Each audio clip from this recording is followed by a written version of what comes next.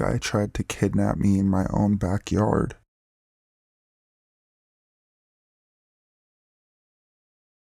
So, this is one of my less scary experiences with creepy or possibly deranged people in my life. But not to say it still doesn't creep me out. As a kid, I liked to sit on my little mini playground, as I called it, and read. I actually look back on this and laugh, as now I'm a lot more isolated and an indoor person. My dad got home around 6, so my mom took us to and from school. When my mom was parking her car, she pointed out a creepy guy in the car in front of hers, just looking at us. She ushered us inside and brushed it up to just a weird coincidence or something like that. She still kept a close eye on me from the kitchen window, but she had to do something and left the kitchen. Now, my mom was cautious because she had a creepy experience with a pedophile herself. From the top of the platform I was on, next to the slide, I heard a man say something. I don't remember what it was, but it was something along the lines of, "Hey kiddo, I have some Goosebumps books in my car, if you want to read them with me." My mom and dad had drilled stranger danger into my head, and I was a really smart kid for my age, so I tried to tell the guy off myself. I know, stupid decision, but I thought I could handle it. I was wrong. The guy kept insisting that I come and read with him, and I kept saying no. Eventually, the guy pretended to get a phone call and claim it was from my mom. He told me she said to get into the car and he'll take me to the bookstore. I knew that there was no reason for her to ask someone to take me somewhere, and I just ignored him. Then he got out of his car and began approaching me. And this was before we got a fence, so I was out in the open.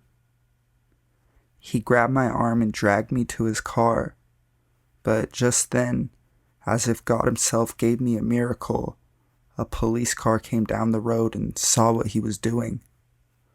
The guy let me go and sped off. The officer chased him and eventually caught him.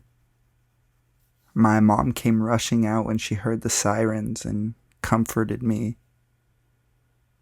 The guy claimed to be my dad and that my mom was abusing me. The officer knew my family well and called his bluff. I'm seriously glad that officer was there just then. I can't explain it in any other way than a miracle. So, pedophile who tried to abduct me, let's not meet again.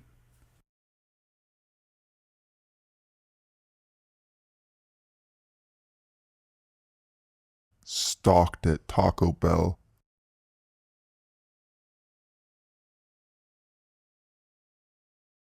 This happened just yesterday.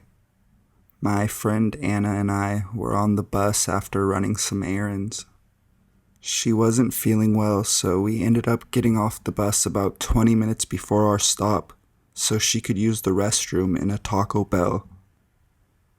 She hands me the bag she's carrying, and while she's doing so, a guy comes in and says, "How you doing?"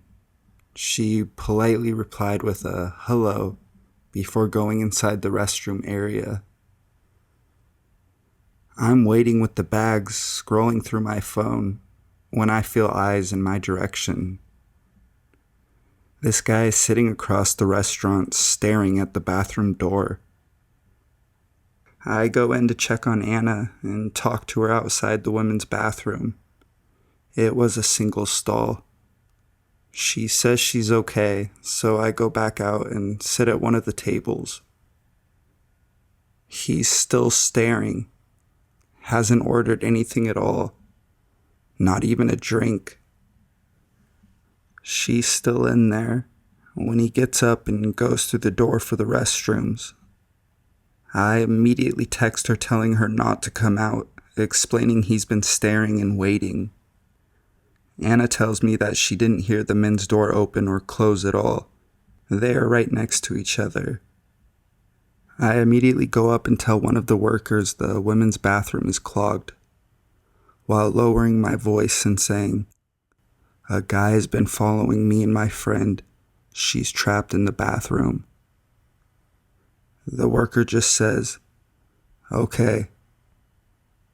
The guy finally comes out and sits where he was before. I text Anna saying it's safe and blockade the bathroom door so he can't see her coming out. And this probably would have worked if Anna wasn't taller and curvier than me.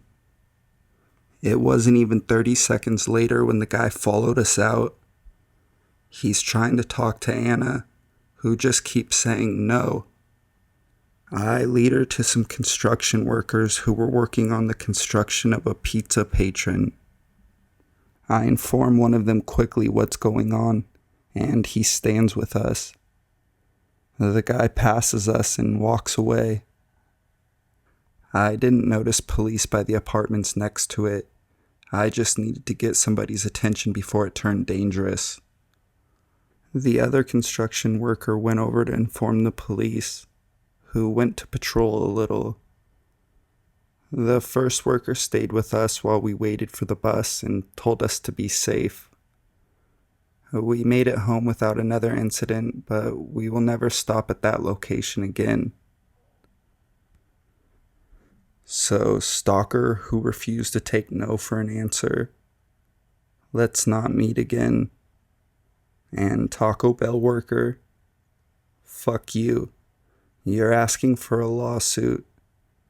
If I hadn't told her not to come out and she had opened the door, he very well could have taken advantage of the fact that there wasn't a way to unlock the door from the outside.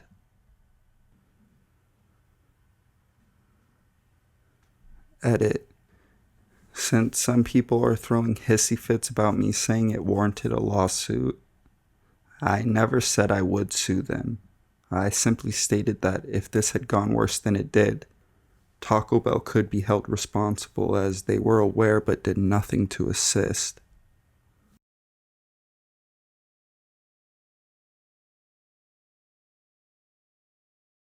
My neighbors might have been rapists.